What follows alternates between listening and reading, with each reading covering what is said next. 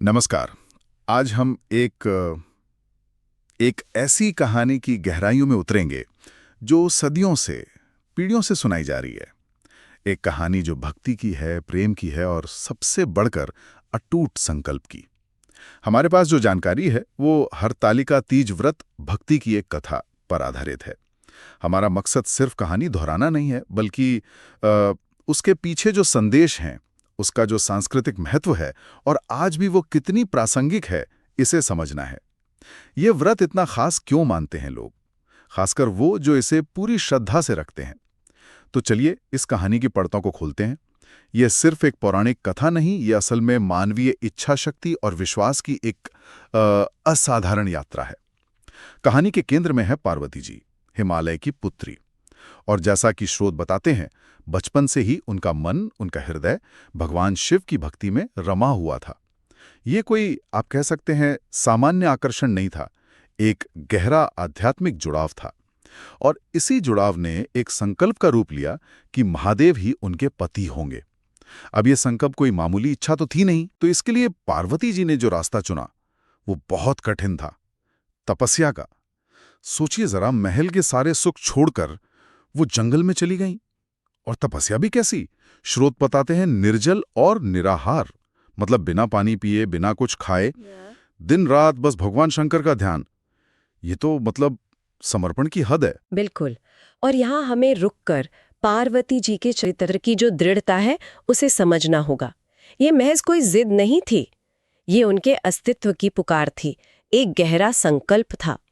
निर्जल और निराहार तपस्या करना ये शारीरिक सहन शक्ति की तो परीक्षा है ही, पर उससे भी बढ़कर ये मानसिक एकाग्रता, आत्म अनुशासन दिखाता है। उनका संकल्प इतना अटूट था कि वो अपने शरीर को भी दांव पर लगाने को तैयार थीं।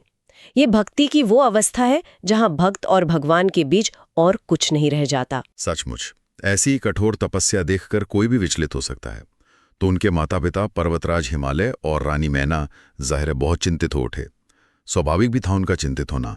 कौन माता पिता अपनी संतान को ऐसे कष्ट में देख सकते हैं? और शायद इसी चिंता में, और हो सकता है उस समय के सामाजिक दबाव में भी, उन्होंने पार्वती जी का विवाह भगवान विष्णु से करने का फैसला कर लिया। शायद वो अपनी बेटी के लिए एक सुरक्षित, एक अच्छा भविष्य देख रहे थे, जैसा वो समझते थे। और यही कहानी एक बड़ा दिलचस्प मोड़ लेती है।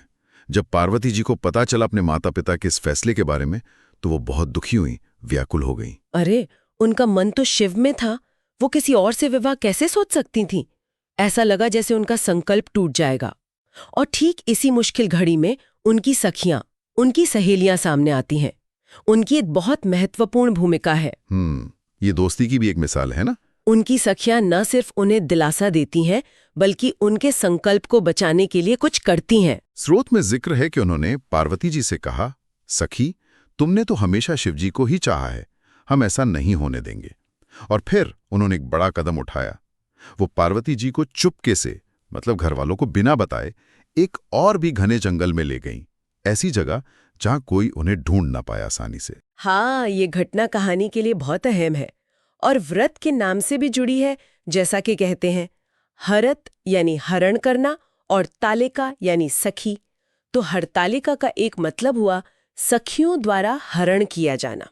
ये सिर्फ भागना नहीं था, ये पार्वती जी का अपने लक्ष्य के प्रति समर्पण और उनकी सखियों का अटूट साथ दिखाता है।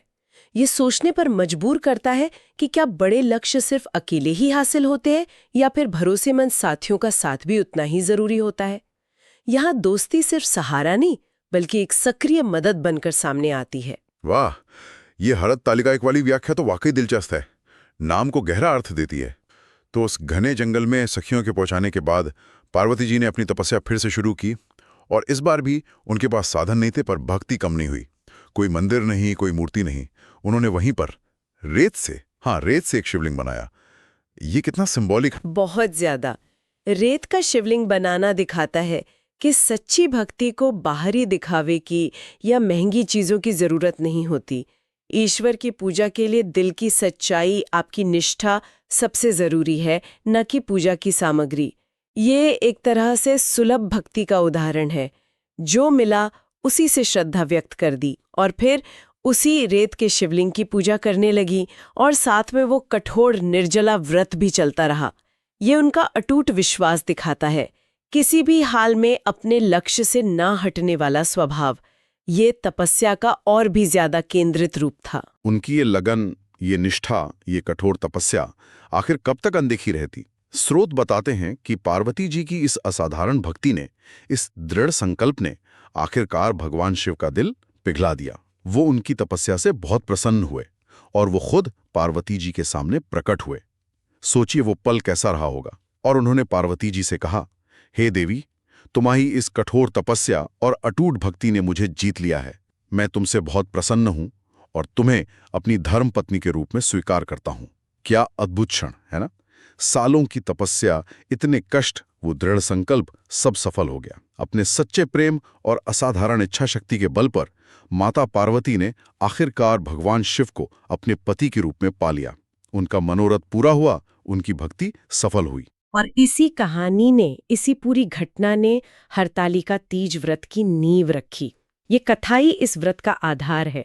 मान्यता यही है कि जैसे माता पार्वती ने इस कठिन व्रत और तपस्या से अपने मनचाहे वर शिवजी को पाया, उसी तरह इस व्रत को करने वाली महिलाओं को भी अखंड सौभाग्य और सुखी वैवाहिक जीवन का आशीर्वाद मिलता है।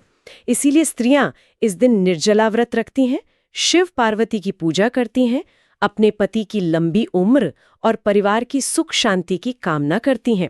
ये व्रत एक तरह से पार्वती जी के उसी त्याग, तपस्या और सफलता को याद करना और उसका अनुसरण करना माना जाता है। तो अगर हम इस पूरी कहानी और व्रत के सार को समझें, तो स्रोत इसे सीधे सीधे अखंड सौभाग्य और सुखी वैवाहिक जीवन से जोड़ता है।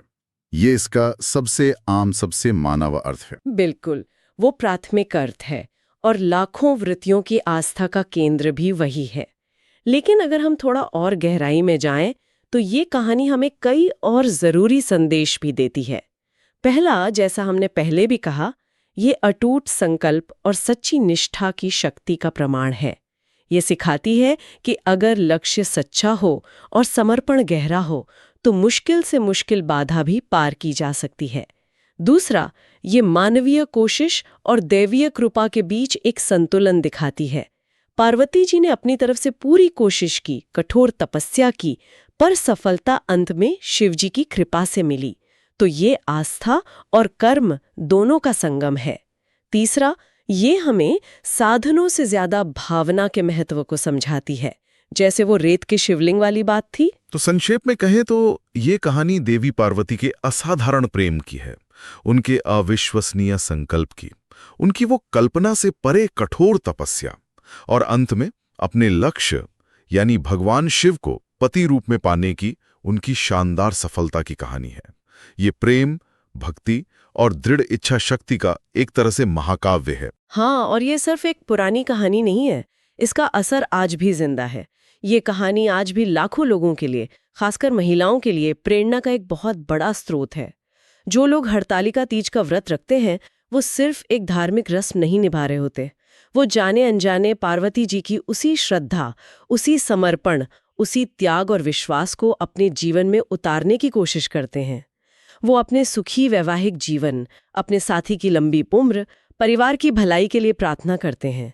तो इस तरह ये व्रत सिर्फ पूजा पाठ नहीं रह जाता, बल्कि गहरे सांस्कृतिक मूल्यों, पारिवारिक निष्ठा और पीढ़ियों से चली आ रही आस्था का प्रतीक बन जाता है। ये रिश्तों की मजबूती और आपसी समर्पण का भी एक उत्सव है। ये सब सुनने के बाद एक विचार और आता है मन में। देखिए, कहानी का मुख्य केंद्र तो देवी पार्वती की व्यक्तिगत तपस्या और उनका संकल्प ही है। उनकी भूमिका सबसे अहम है। लेकिन जैसा हमने बात की, उनकी सखियों का योगदान भी कम नहीं था।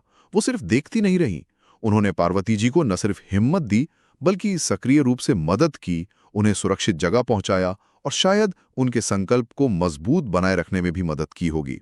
ये एक बहुत ही महत्वपूर्ण बिंदु है जिस पर अक्सर उतना ध्यान नहीं जाता है। पारंपरिक रूप से कथा का जोर पार्वती जी की व्यक्तिगत साधना पर ही रहता है, लेकिन उनकी सखियों की भूमिका, उनका वो साहस, उनकी वफादारी, उनका वो फौरन फैसला लेना, ये सब मिलकर कहानी को एक नया आयाम देते हैं। ये दिखाता है कि आध्यात्मिक यात्रा हो या जीवन का कोई भी बड़ा लक्ष्य, उसमें आपके समुदाय का, आपकी दोस्ती का, आपसी सहयोग का कितना बड़ा हाथ हो सकता है।